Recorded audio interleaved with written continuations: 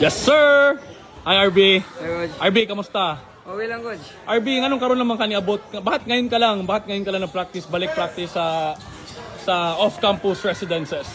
Umuwi kasi ako dahil sa nung opening. Nag-opening pa si mama ng business. Sige, RB, ano bang plano mo this year? Madami nagtatanong, kailan ka malilipat sa Ateneo de Davao?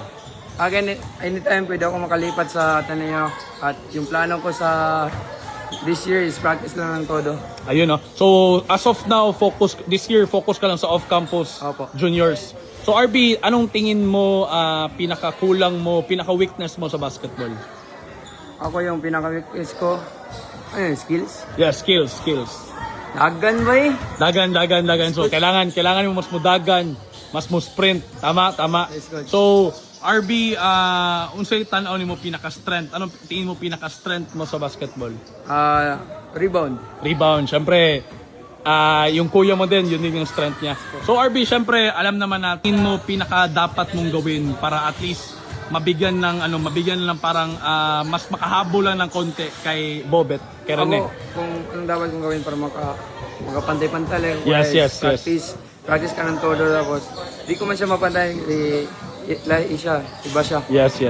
Isa katulad ko. Yes. Pero anyways, RB, syempre kahit tama yung sinabi mo na hindi kayo magkapareho, alam ko for sure in the future gagawa ka rin ng pangalan mo. So, ang mas-share ko lang sa'yo, si Bobet is sobrang hard worker, which is alam ko kayang gawin mo din yan. At the same time, sobrang taas ng pangarap. So, tingin mo RB, gaano din kataas ang pangarap mo ngayon sa lahat nangyari, gaano kataas, gaano ka motivated ngayon sa pag-aaral at sa paglalaro ng basketball?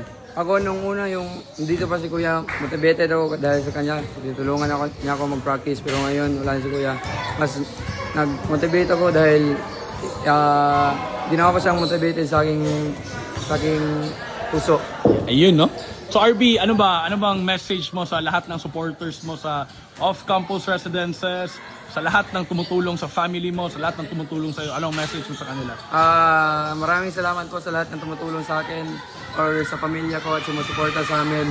Di man kayo maiisa pag-shoutout pero sa puso namin nandito kayo. Ayun, no? So guys, appreciate kayo masyado namin, lahat ng tumutulong sa Baterbonia family, kaila RB, sa mama and papa, sa lahat ng mga kapatid. We really appreciate you guys and